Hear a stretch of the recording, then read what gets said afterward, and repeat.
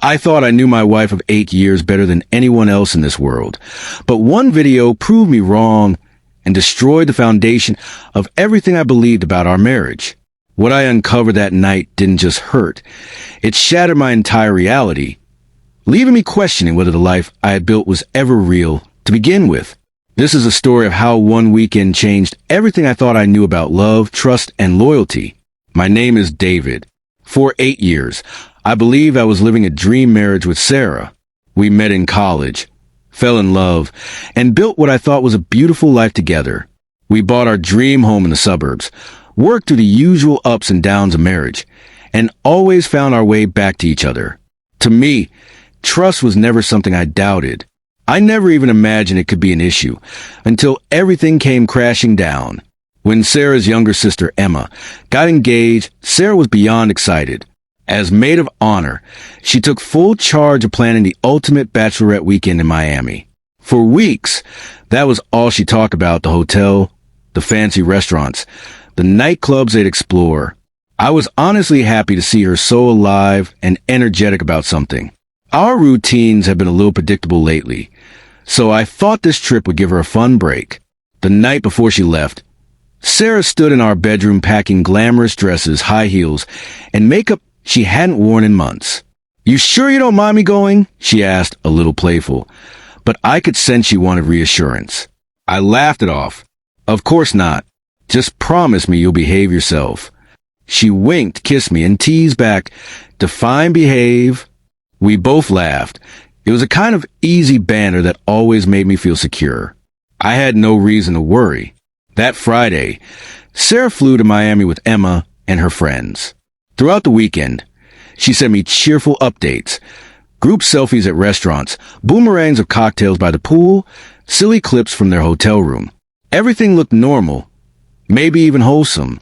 On Saturday night, she called me, her voice a little tipsy but affectionate. "Miss you, babe," she slurred sweetly.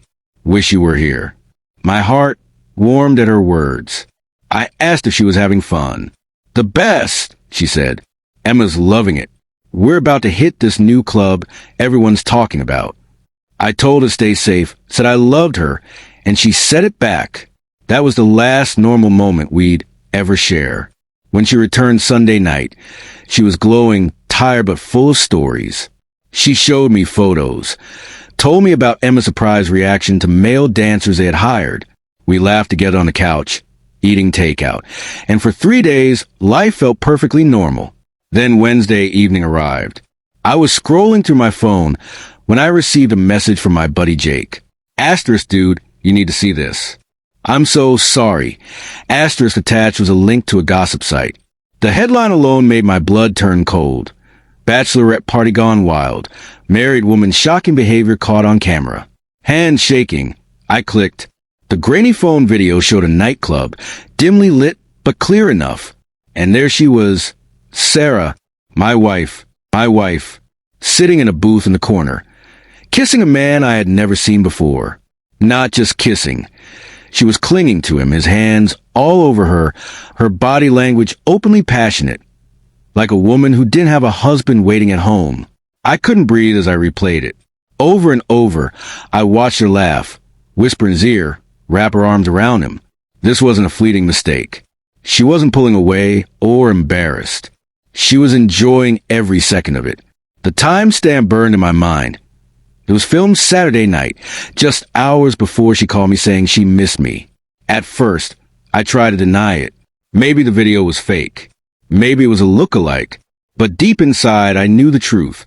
My marriage, my trust, my love, it had all been built on lies. That evening, Sarah came home with takeout, humming like nothing had happened. She walked into the living room, smiling. "Hey, honey, I got your favorite pad thai." She froze when she saw my face and the open laptop in front of me. "We need to talk," I said, my voice flat. Confused, she asked what was wrong. I turned the laptop toward her. The color drained from her face.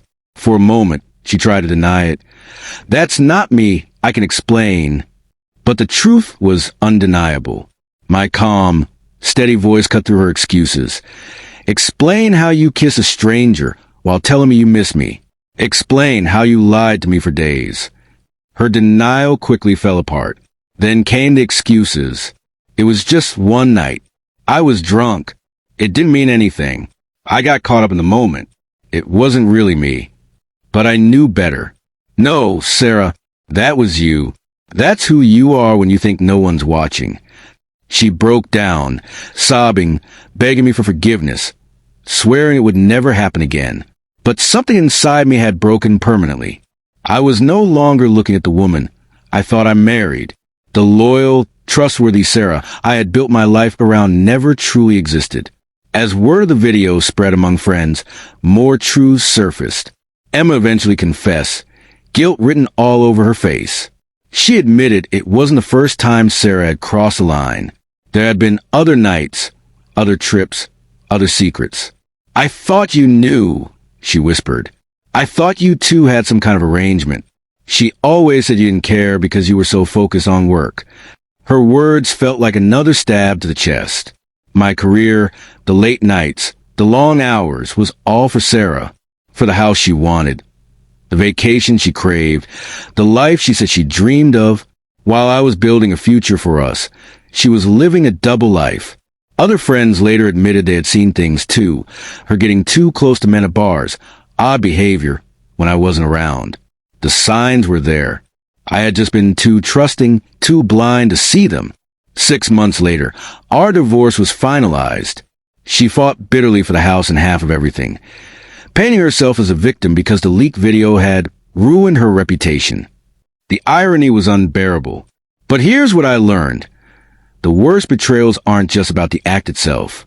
They're about realizing that the person you loved, trusted, and built a life with may have never truly existed at all. The hardest part wasn't losing Sarah. It was realizing I never really had to begin with. Today, I'm not the same man I was before that night. I'm more cautious, maybe a little hardened, but I'm also free. Free from lies, from illusions, from giving my all to someone who never valued it. Sarah eventually moved away, and last I heard, she's engaged again. Maybe she's finally found what she was looking for. I genuinely hope she has, because clearly it was never me. Sometimes, the people we love most are the ones capable of hurting us in the deepest ways. But sometimes, surviving that kind of betrayal is the only way to discover who you truly are.